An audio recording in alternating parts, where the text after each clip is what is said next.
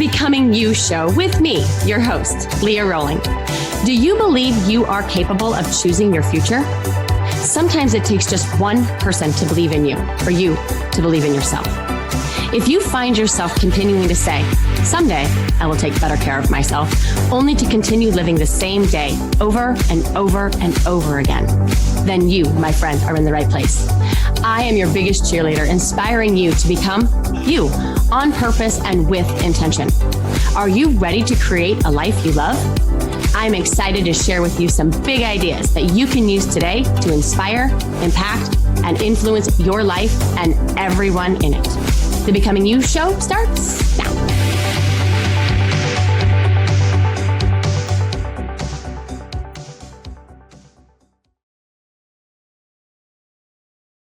Hello, my beautiful friends. How are you?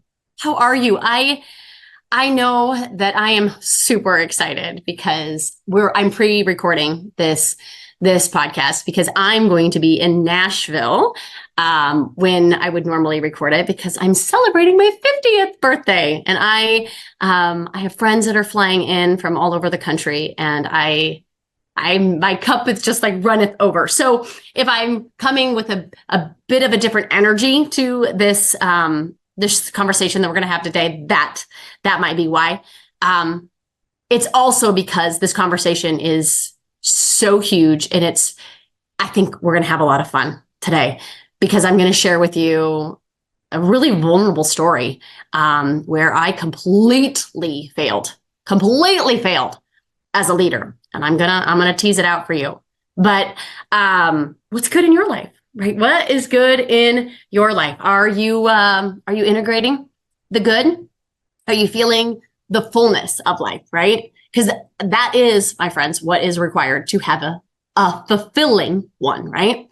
We have to fill ourselves up with the fullness of it, all of it, right? The areas in life where we're crushing it, where we are in stride, shaking it up, shifting, and the areas in life that present what I'll just call tremendous, right, opportunities for growth and reflection, and what I'm going to call truth today. And I'm putting that in air quotes. So are we capturing all of it, right, as an experience of life, right? Or are we denying and dismissing these gifts, right?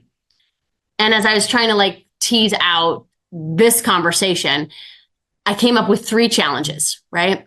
Three reasons, I will say, that we dismiss these challenges of life, right? The first one is easy, right? We're busy. We're too busy to address it. So we find it away, only to be surprised when things like this keep happening. Okay, that's 1. We're too busy. 2, we blame it away, right? We blame it away as someone else's fault. And yet we continue to suffer in our judgment and annoyance with what it is that they continue to do, because we have forgotten that nothing that we experience do we experience outside of ourselves, that we are responsible for everything that we create, everything that we think, everything that we feel, everything that we show up or not show up in, and every result that we have in our life, right? So when we blame it away, then we end up having massive amounts of judgment and annoyance because nothing changes, right? Because nothing's going to change, friends, until we do, okay? That's the show. That's these conversations. And the third reason we dismiss some of those opportunities that we might have for growth is because we lack the language of truth, okay? We temper what we want to say in hopes that things will get better, so that we don't actually have to partake in what will most likely be a difficult and an uncomfortable either situation or conversation. Now, as much as I would love to go deep into every single one of these, because each of these is a full podcast, if not more, right? I want to take on this last one because I think we can all get better at saying what we need to say. That's why I named this podcast, What Needs to Be Said. The art of truth is lost, I feel. We're not really taught how to do the work of sorting through the chaos of the mind and extracting the truth from the judgment, truth from the hurt, truth from the frustration, truth from the need for certainty. And this is what we're going to dive into today. And I want to do it by way of sharing two stories, one of a client and one, as I mentioned at the very beginning of the podcast show, very personal. When we don't tell the truth, everything suffers. Our relationships suffer. Our energy suffers. We lose time. We lose money. We lose efficiencies. When we don't tell the truth, we are allowing everyone we lead to play small and live in the container of the lie. We have to understand this. We have to know it. We have to be open to it. And we have to consider that it's a possibility. Okay. I know that when the world endures a pandemic like COVID, right? Our country, organizations, and our life itself, right, go through what I like to call and have teased out in the show's prior 3 phases. Okay. We go through the phase of reliance, where we rely on other people for the truth, right? Then we go through a phase of resistance, where we resist the truth. And because everyone is going through so much, we expect so little. And then phase 3 is when we realize that if we stay in phase 1 or 2, we will have no country. We will have no company. We will have no real, authentic, honest life. And so we get resilient. We start producing. We start having standards. And we know how necessary they are. But have we communicated that? Here's what I know. If you are an organization, if you are a business, if you are a family, if you lead any of those things, and you have not worked through new business beliefs, promises, and missions, if you have not redefined the teams, the roles, the expectations that you have, and you are wondering what the hell is happening, it's because you moved to phase 3 and you did not communicate with anyone else that is what you were doing.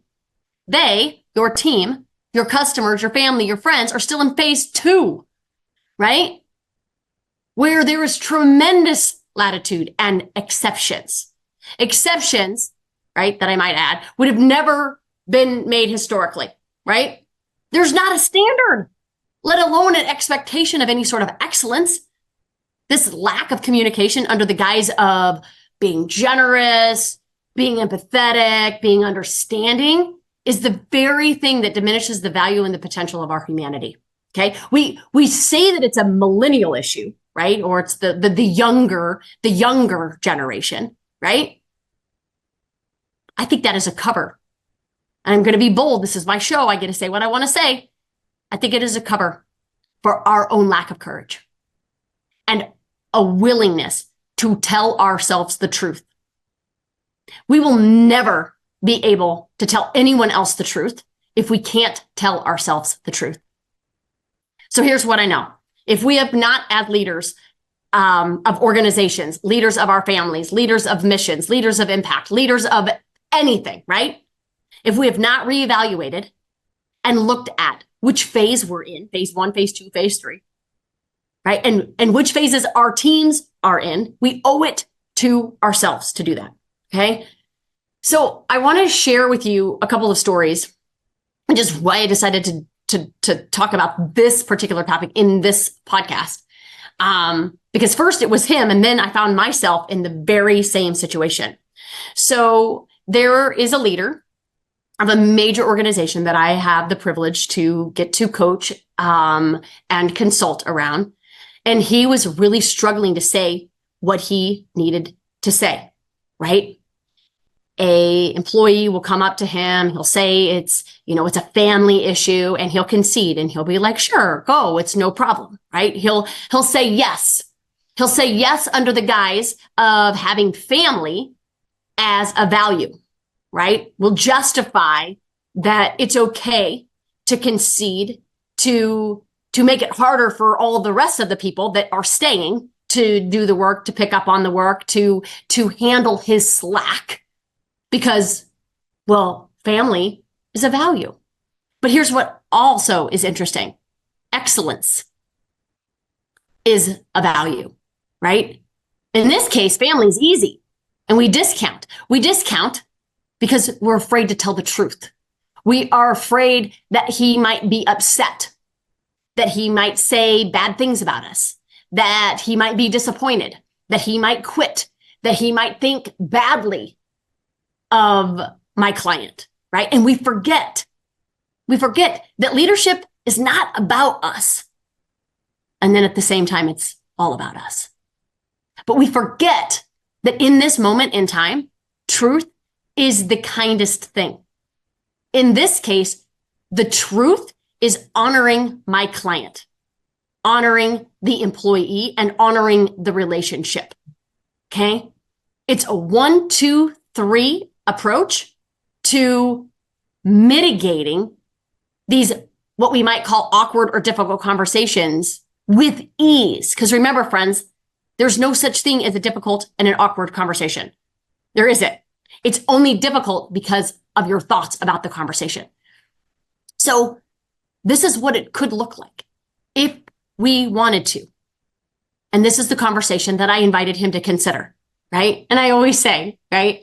The truth is always, I love me, I love you, I love us, right? That's always where the truth is, okay? And the truth just generally has more words. And it might have less words than my words, because I generally have a lot of words. But this is what I offered him. I get it. Like, hey, employee of mine, I get it, right? I struggle. This is his truth. I struggle to not over yes. I want you to be able to leave when you want. But this role we have in the company is important. And it is the one you fill. And I realize that I've not been doing a very good job of honoring that role.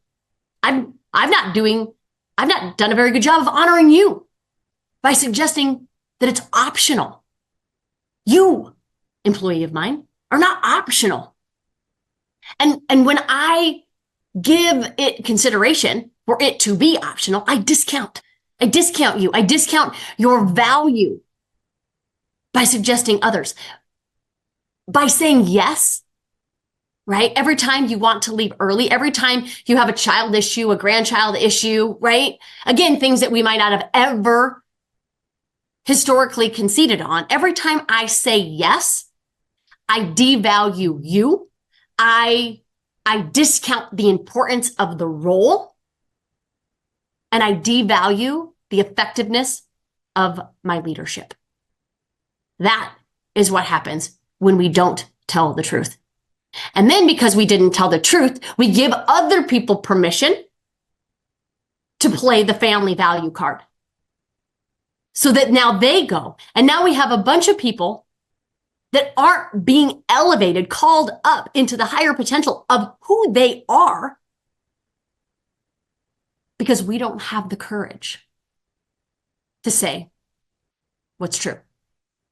And I bring that story forward, and it only makes sense then that I share a story where I was lacking courage.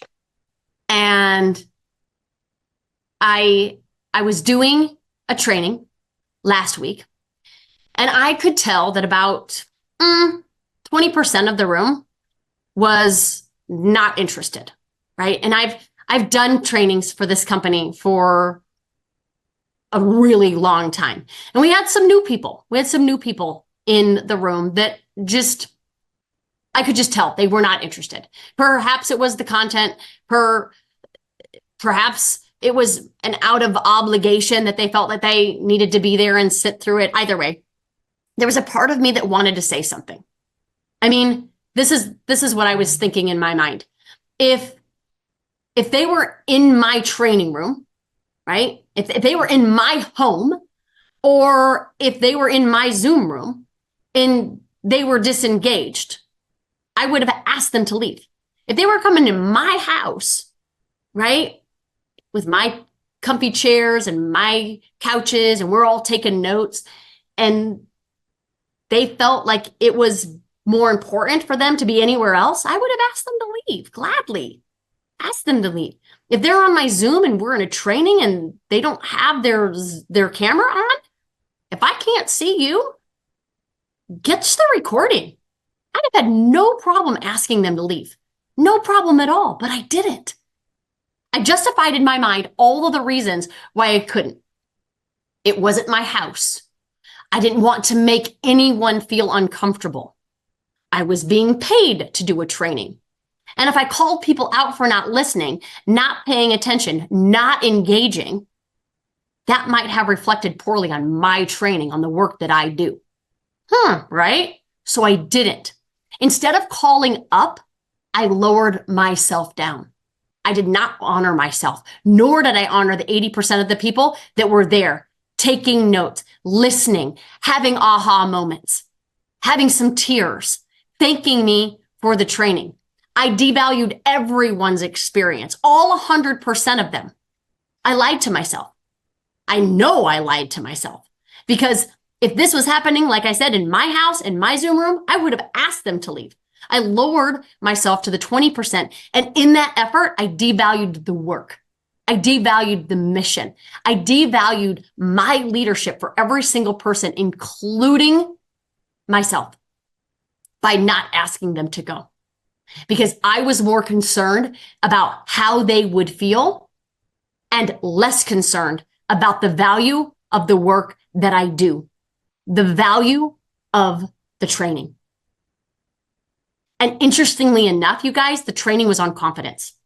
I had dismantled this confidence loop, suggesting that that is the very loop that keeps us small. And instead, I introduced a confidence courage loop because courage is what is required. God, I failed. I failed at courage that day. And I bring this forward to you and to myself as an opportunity to learn, to set new boundaries, to establish new training rules going forward. And I did just that. I called the business owner. I called the other couple people that are on the leadership team, and I shared with them that I failed them. I shared with them that I should have invited the participants that would have preferred not to be there to leave. I shouldn't have wasted their time. And I shouldn't have honored them over the people that wanted to be there. I asked them if it would be okay if I sent them a new agreement to training, a new commitment, a higher level standard of excellence within the commitment. And I teased this out in an email. And so I have to be honest in my word. I said in my email, prepping up for this call, that I was going to share you that exact correspondence. Okay. So I am going to do that. I'm going to pull it up. It's going to take me a minute here.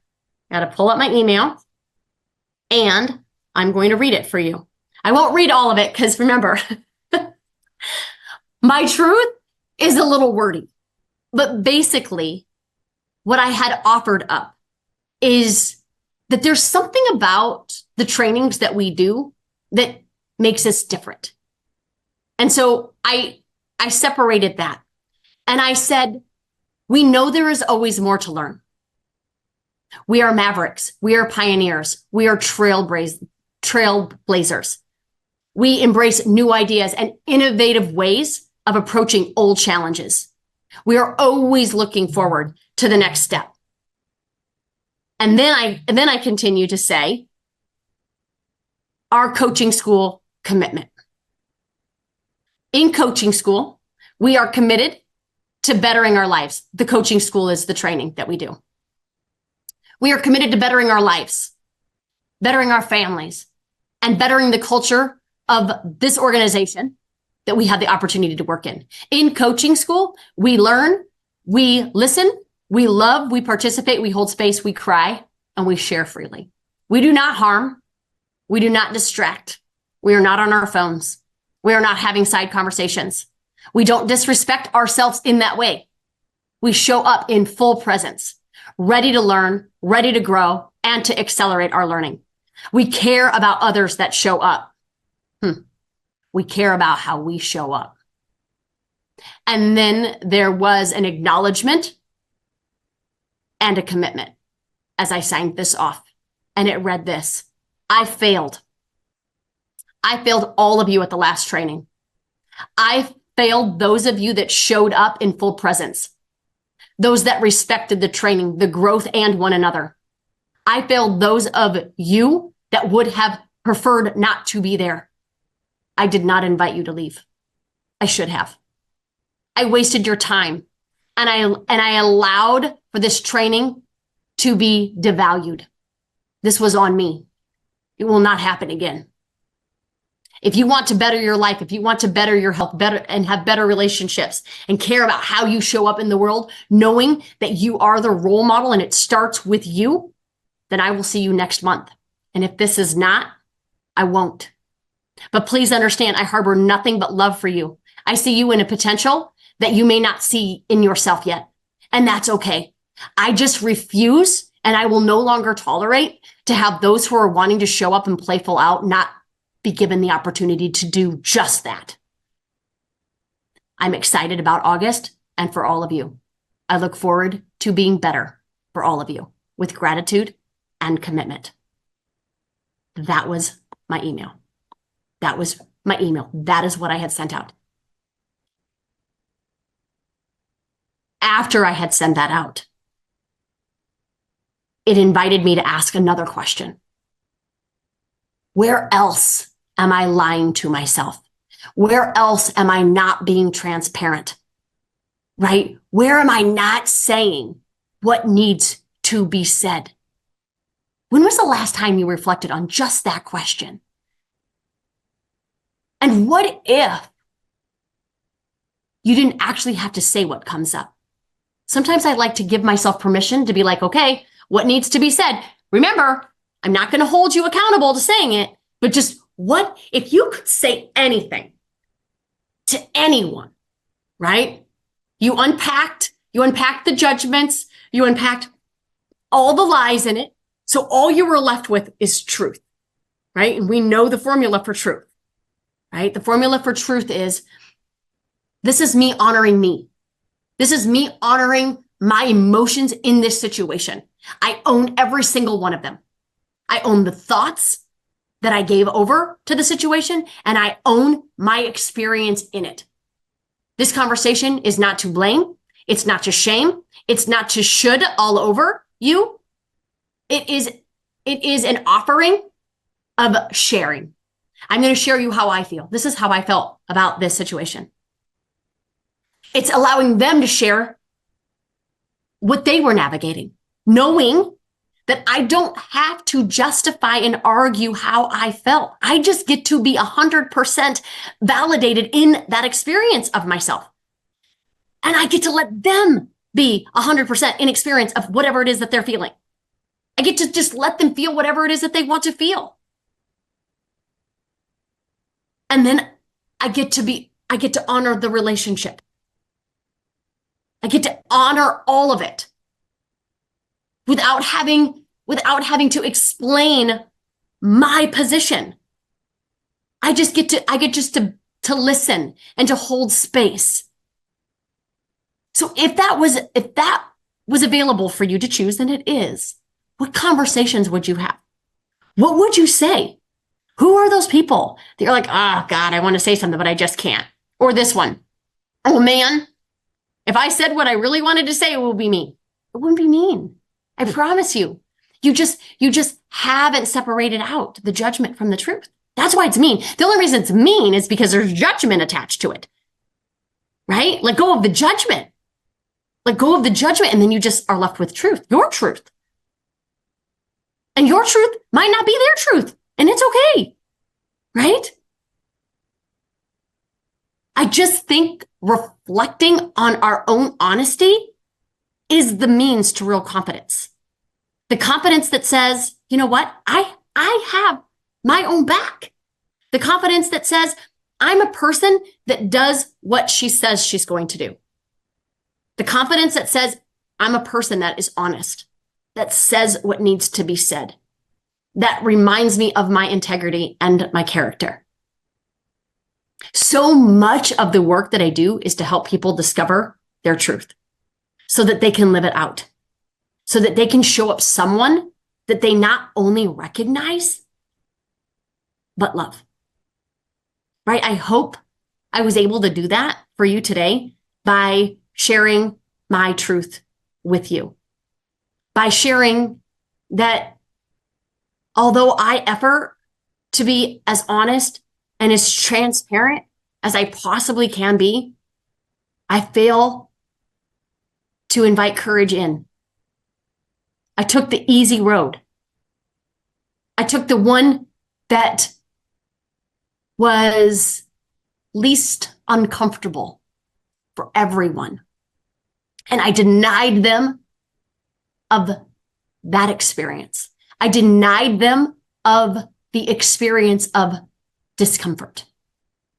I justified it for sure. I was like, ooh, what will all the people say that are actually paying attention say if I all of a sudden disrupt the training to invite a few of these people to leave? Would it make them feel uncomfortable? Maybe, but I didn't give them the opportunity to be uncomfortable. Instead, I sat in my own comfortableness. Don't know if that's a word. I make stuff up all the time. My uncomfortability. I sat in that. And the reason why it was uncomfortable is because I denied myself of truth.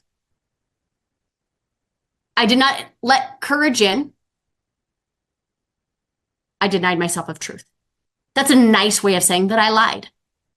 And I'm okay saying that because I want to be so self-aware and so honest with myself so that I don't ever put myself in that position again. Will there be another situation where it will reflect to me that courage was required, that I did not show up in? For sure.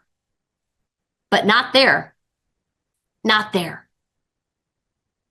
I want to thank you for obviously tuning in to the show, tuning in to these conversations, for sharing, for giving feedback on the podcast. It really does help the Apple algorithm, and it helps me with my mission to truly reach 1 million+ subscribers so that they can learn how to become the best versions of themselves. They can learn how to have honest conversations. They can learn how to be the most truest and most authentic version of themselves.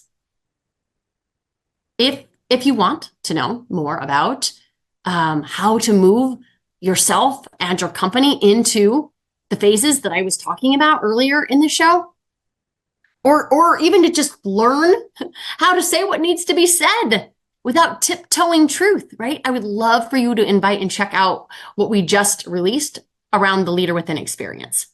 It's a really cool program experience, I should say. I don't like to even call it a program. It's an experience. It's an immersive experience to tap into the very best investment that you will ever make.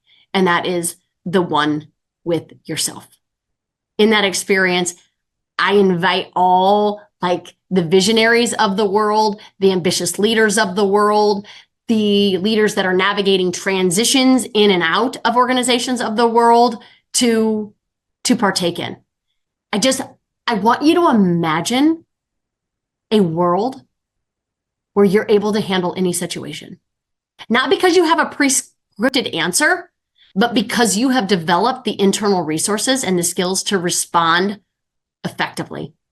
That's the power of growth. That's the power of this experience. That's the power of tapping into your capabilities and the capacity of which you have been born to do. So join us there. Join us next week. Take the first steps truly to unlocking your true potential. And remember that personal power always starts with growth. It always starts within. See you next time, my beautiful friends. Take care. Bye-bye.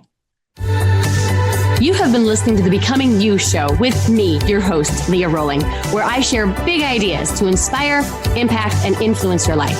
Tune in every Friday at 11 Central on TransformationTalkRadio.com for your morning cup of coffee, the hug you never want to end, and that inspirational message that you felt was written just for you. Each show is inspiring you to become you with purpose and intention. For more information or to connect with me, visit leahrowling.com.